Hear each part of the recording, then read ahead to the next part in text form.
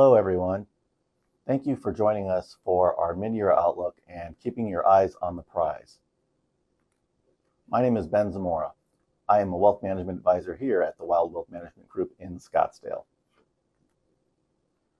First, I want to go over what we believe our key forecasts are for the remaining part of the year.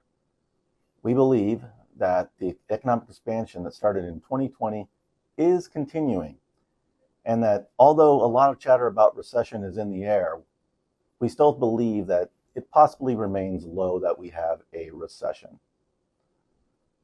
Interesting enough, currently, the S&P 500 has had excellent returns this year and has been in double digits, even with the slight little hiccups currently right now. But I would expect some volatility to continue throughout the year. Also in the bond market, we can anticipate that aggregate bond index will outperform treasuries over the second half of the year, as we expect that interest rates will begin to be cut by the Federal Reserve. And then, as always, we have tons of fun going on for the second half of the year with an election coming about us. A couple other things to talk about. We do expect that the U.S. will outperform global equities. In particular, small and mid-cap stocks have been lagging, and those should do really well as the economy begins to strengthen and potentially avoids a recession. However, we want to look to broaden our portfolio, not just in the main tech stocks, the Magnificent Seven have been talked about this year, but also diversified amongst other sectors within the S&P 500. And also potentially cyclicals can be good, such as industrials and financials, as the economy begins to strengthen over the upcoming year. We prefer that stocks will continue to rise as we potentially avoid a recession. And moving away from treasuries and or cash, intermediate to long duration bonds will most likely outperform as the Fed prepares to cut rates as soon as possibly September.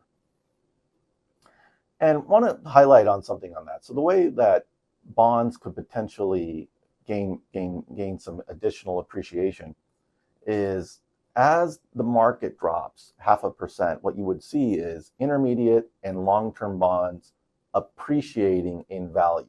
So that just gives you a little bit of growth in the bonds on top of your said coupon that could be, anywhere right now between north of 4.5%. And because of that, that's why we also want to underweight cash. And then we would like to add some other tactical exposures to help diversify the portfolio as hedged. Those would be such as alternatives and real estate and or commodities. What we want to show you here is how historically bull markets have cycled through. Historically, they last much longer than anticipated. I mean, on the day-to-day news or the year-to-year news, you would think that the world is on fire the majority of the time. But historically, the market perseveres. And the most recent market right now is in a 20-month bull market. And on average, as you can see right here, it is 61 months for the most average, with the longest bull market happening starting in 2009 and going through March of 2020.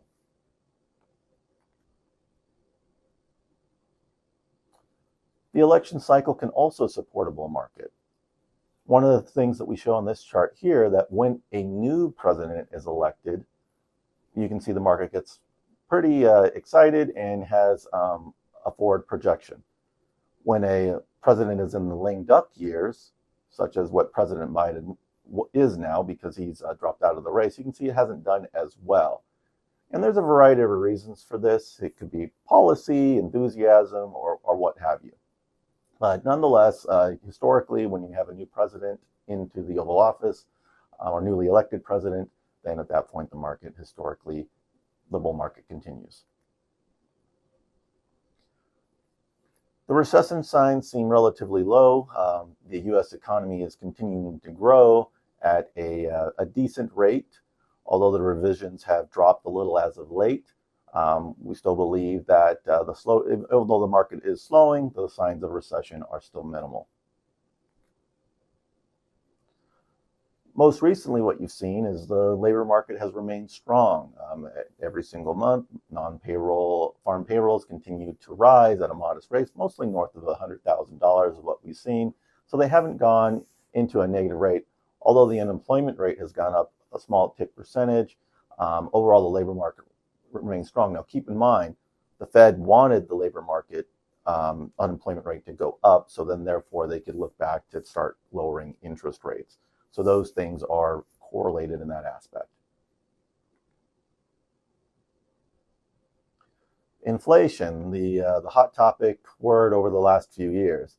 The nice thing about inflation right now is that it is starting to cool. The nice thing is, although it has been really, really hot over the past few, it has slowly and gradually come down.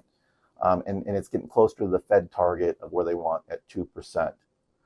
As you can see at the bottom, where it's showing 33% of items with inflation above 4%. And more recently, you can see those in your normal items, eggs, gas, regular items that you use on a daily basis. But also 30% of items are below 0%. So there is becoming a balancing fact of that. All that is when inflation kind of subsides, that's great for the economy because it allows us to kind of forecast where potentially the markets can go and prices and the demand of the consumer. Right now, stock fundamentals look fantastic.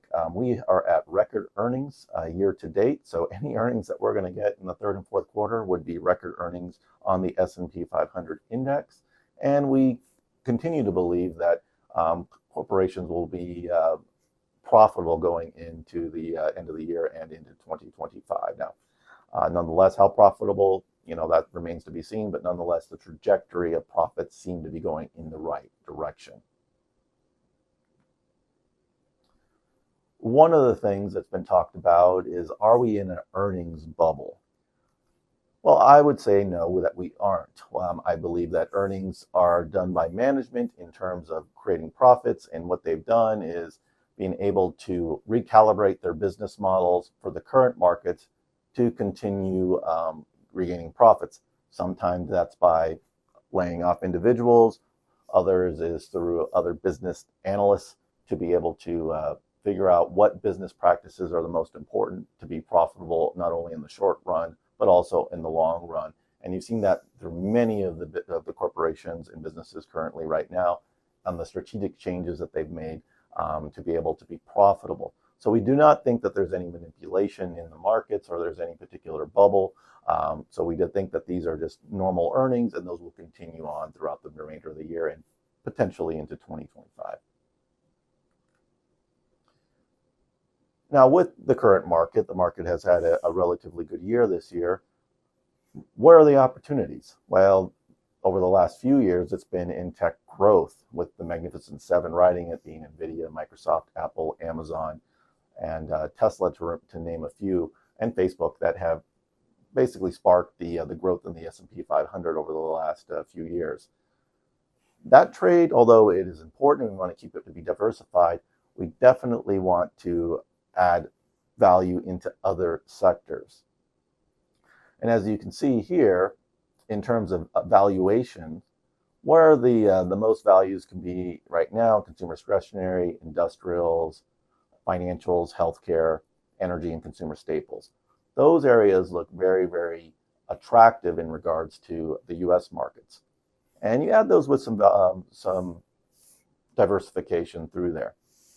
In regards to global equity, as you can see, you have international developed, and then also a sector in terms of just small cap in general. We talked about that earlier. Small cap, historically, when we come out of a slowdown or a lagging economic indicators that we've been having, historically will be the biggest winners. The problem with small caps is they can get volatile at times. And the same can be said for mid caps as well. What's nice about this slide right here, with the political environment heating up, this tells us how who the president is and what party in power is and how the market does. More or less what you can see from this chart is, doesn't matter, if you're red or blue, historically the market continues to go up depending on who the president is. And then also you can also see the volatility within there as well. So let's take a look at most recently President Biden.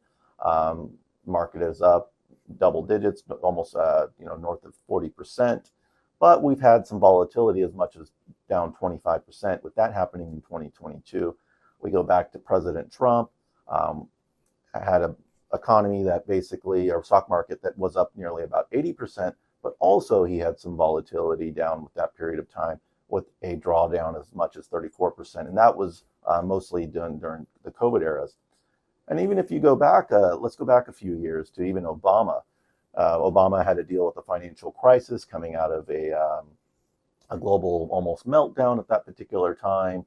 You can see the markets recovered and overall down about 21%. So what this slide shows us is no one can predict what the markets are going to do, and whoever is in power, one thing stays constant: the likelihood of the markets continuing to go up are most likely going to happen. In regards to who's in the Senate and who's in Congress, historically a split government works. And the main reason why is being a business, you don't have to necessarily worry about new policies coming in that could potentially affect your bottom line. And mostly that could be taxes or sometimes in regards to regulations. So when you have a split government, odds are, for better or worse, not much is going to get done. But from a business standpoint, that helps to be able to forecast down the road. And that can even be said, let's go back to inflation. When you have inflation and inflation goes up, or interest rates for that matter, you have to recalibrate your business or even your personal finances to say, okay, well, heck, I was paying 4% annually on my credit card, but now I'm paying 6% or 7%. And so it takes a calibration that you have to look on what you could potentially afford. Or on an inflation standpoint, if your groceries go up, you have to cut back in other standpoints. So when you don't have those things coming into the mix, it makes it much easier for you to budget and forecast, across the board.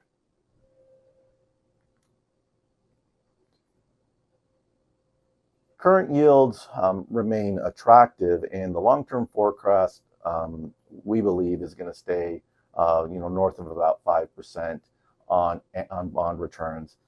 And that's mostly because although inflation is getting underway and we're getting a better handle of it, interest rates most likely are going to still remain relatively higher than what we've been used to over the last 20 years.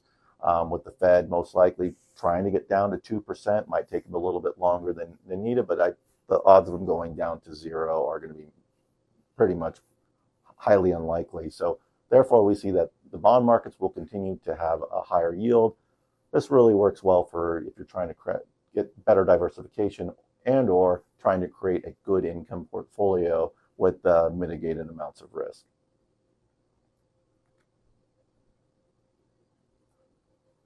Again, if the Fed continues to cut rates, and I think they're going to cut rates slowly, and if they continue to do, you can expect intermediate to long-term bonds to outperform.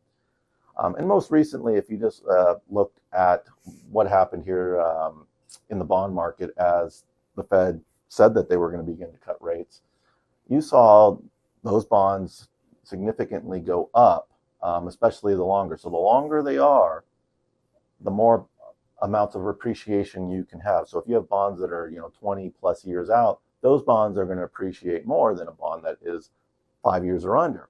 And the same can be said for bonds that are 10 years out. So how that specifically works, again, I want to touch base on this again, is if you have a coupon or a bond that pays 5%, and hypothetically, the bond rates go down because of market drivers and or the Fed to 4%, that means your coupon of 5% is going to go up nearly 10%. So you'll have a 10% appreciation, and you'll still be able to clip that 5% bond. So that's just market adjusting to the current interest rate environment. So we feel that that's going to continue probably most likely through next year. You can see some potential returns total returns on your bond, as well as clipping a good coupon from your bond portfolio.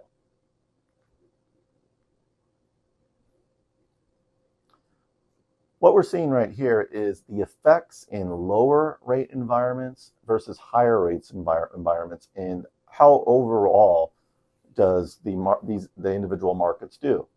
Well, the top blue line right over here is U.S. equities. In U.S. equities, you can see that whether we're in a low rate environment or a higher rate environment, historically equities are going to outperform.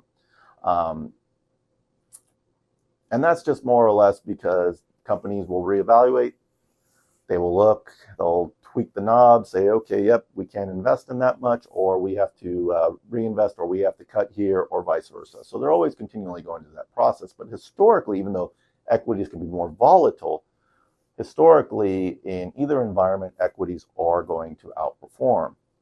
And that's been seen most recently as you saw not only inflation hit, but interest rates rise, causing a volatility in the markets, but equities have outperformed over the last few years. So a good portion in equity is always good to continue to have in your diversified portfolio. Interesting enough, the second one is U.S. Treasuries, and there's a reason behind that. The reason is because it's considered the safe trade on either side. So in higher rate environments, you're going to be able to clip a bigger coupon. Currently, U.S. Treasuries on the short term are north of 5%. And on the low end side, on the lower rate environment, people put that because it's a safe trade, and most international purchasers take from that, and governments for that matter. And then if you go at the bottom, on the inverse side, you can see that cash in lower interest rate environments pays practically nothing. And if you've ever looked at your savings account at your bank, you might notice in your high yield savings or your market rate savings that in a lower rate environment like it was from basically 2010 to 2020, 1.2% might be generous, probably more than a 0.25% is what you were getting. And today, depending upon your bank, some banks are giving you close to about 4% just on keeping your cash parked there. And then, on the other side, you can see how hedge funds and alternative investments do, and they're going to do better in higher rate environments considered to lower rate environments in terms of total return. Okay, with this next slide, we're going to discuss diversification of various different asset classes. What it's showing you here is the difference between having a high inflation environment and a low inflation environment versus a strong economic growth environment and a weak, and how each one does during those particular times. We look at the bottom right, that's where we're saying where the stocks are. Well, if economic growth is well, that's easy. Stocks are going to do well. That corporations are making money. Businesses are making money. So historically, stocks are going to do relatively well. And if we go to the left side, if the economy isn't doing well and inflation is also low, you can see that bonds do much, much better in that respect. When inflation is high and the economy is weak, a lot of people go to inflation-protected securities, and those could be considered TIPS, Treasury Inflation-Protected Securities, because you're going to get, as inflation goes up, that security is going to get appreciation in terms of interest as well. On the last portion of the squares here, we have managed futures and commodities. When economic growth is strong and inflation is high, that's a given. You've seen that oil's gone up, you've seen that food prices have gone up, and then it puts some potential instability in the managed futures, which creates opportunities. So that more or less gives you a better way to diversify, amongst all different cycles in terms of the markets. What we want to discuss here again is how stocks are the best inflation hedge over the long term.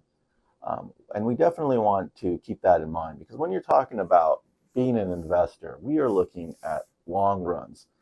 When you're a trader, you're looking at 1 day out, 30 days out, and even 6 months out, and you're wanting that volatility. But when you're an investor, you're looking, what are my investments, what are my long-term goals, and what is the best for me? So In regards to long-term appreciation, a diversified basket of stocks is going to do the best. And if you look right here, what it's showing here is how stocks have worked, during a 1-year period, a rolling 5-year period, a 10-year period, 20 and a 30-year period. And from here, you can see the total returns over these particular periods, showing that, hey, keeping a good basket of stocks over a long period of time is going to outperform inflation and help to better reach your overall goals and objectives. All right, I want to summarize our main topic points from what we've discussed in today's presentation. We are still comfortable overweighting stocks currently. The U.S. domestic markets are the most attractive. However, it does make sense at times to add developed international as well as emerging markets based on your overall risk tolerance and, of course, goals, risk, and objectives. Tactically, we're neutral on growth and value. Growth is expensive, but also has strong fundamentals. And, in addition to growth, we're also waiting to see how the AI trade is going to play out. So a lot of exciting things on that front.